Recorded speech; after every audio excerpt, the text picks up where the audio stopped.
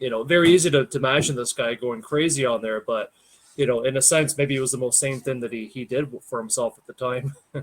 That's that Maybe that it's what kept him sane. Well, listen, you and I, it's becoming obvious that we think a lot alike. I'll just tell you this: you and your family, you're going to have to go take a trip there someday to experience it, Rick, yourself. It is definitely worth it and interesting.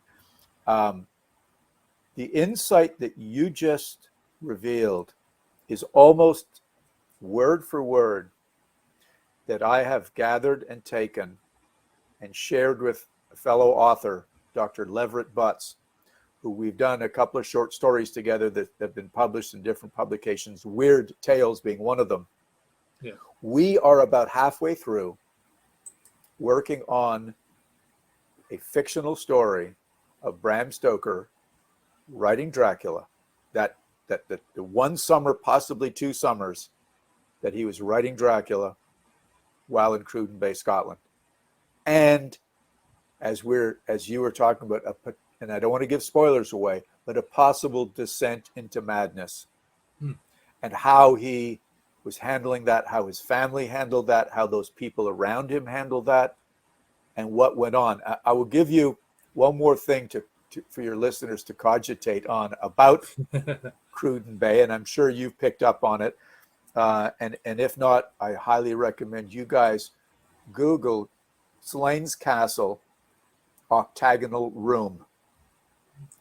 So there was a castle in this town, not a mighty fortress, but a large estate owned by the Earl of Errol. The Errol family was the guy that managed all the land around there. Everybody, he owned all the land and all that.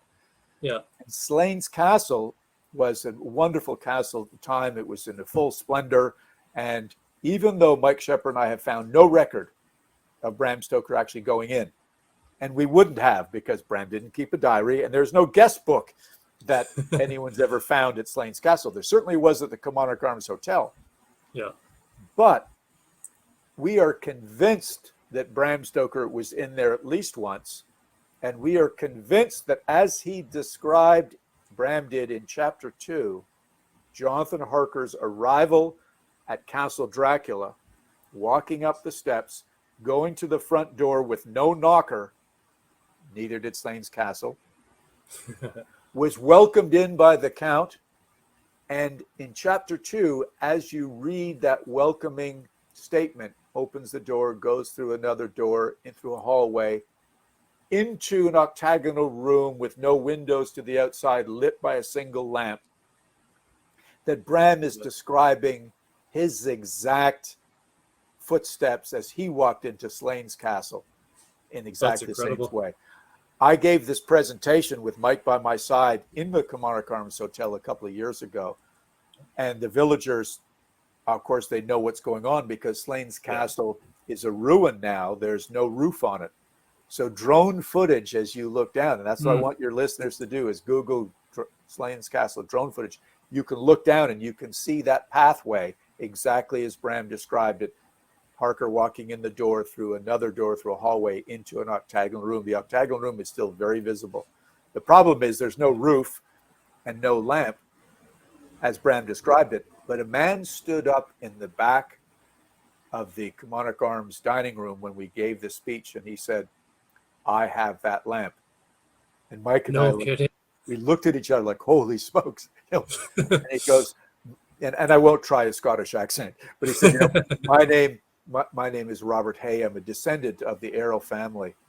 When our family, our generation, had to leave the castle, and he didn't say this in public, they basically sell the roof, the lead roofing, they sell the paneling, the upholstery, but the family members got to keep some of the cool stuff.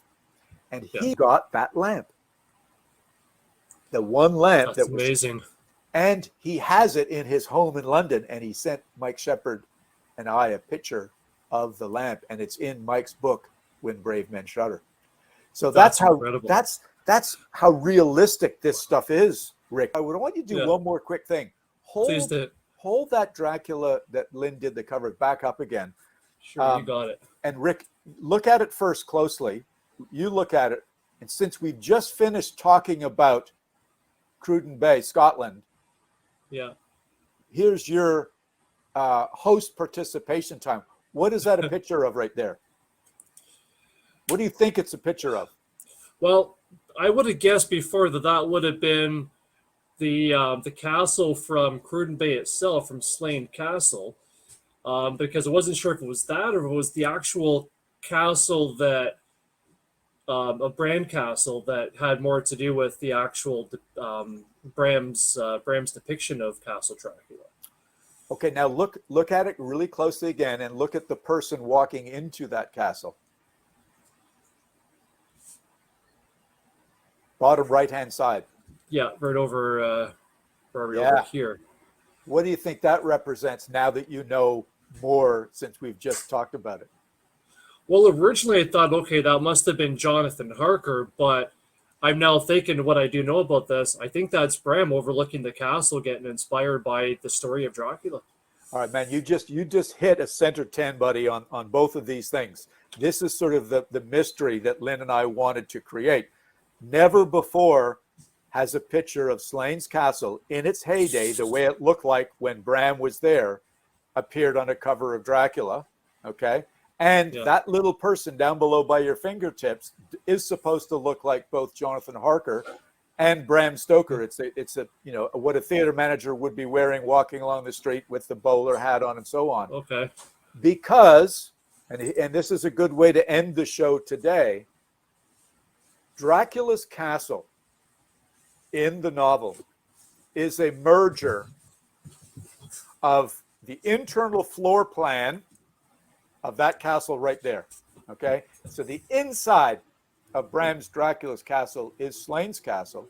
The exterior is, just as you said, Bran, Bran castle, which is in Brasov, Transylvania. Okay. And Bram saw 2 sketches of that castle in 2 of those 26 books that he listed at the back of his Dracula notes, that both of those books live in the London Library and were there when he was a member there, when he was writing the novel.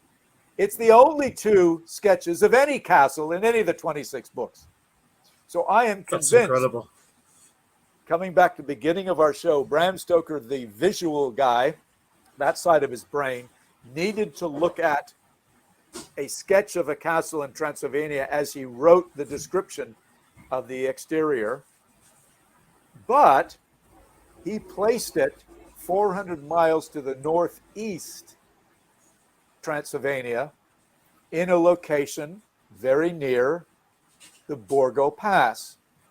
Now, to really bring this all together, again, pieces of a puzzle, Rick, many pieces of the puzzle. One of the books in the London Library, there was 2 of them that he had used for his resource, has accurate maps of Transylvania in it. Both of them have the little lines on the edges of longitude and latitude. Bram's notes in the Rosenbach Museum have a reference to 47 east, 25 3/4 west, where the river Sereth runs into Bystritza at Fundu. All of this helped me pinpoint exactly, and also this researcher, Hans de Roos, who originally discovered all this, deciphered where Bram Stoker planned to place that climactic battle at the end of the novel, as the band of heroes are moving in on the gypsies who are protecting the Count in the Leiter wagon in his crate just before the sun goes down and he can escape into his castle up on top of Mount Israel. Right. This is the location of the castle. Spoiler alert, there is no castle there. I've been there with my son. It's an extinct volcano, which plays into the story. Yeah. But he merged these other 2 castles for what he needed to be the perfect castle on top of this mountain.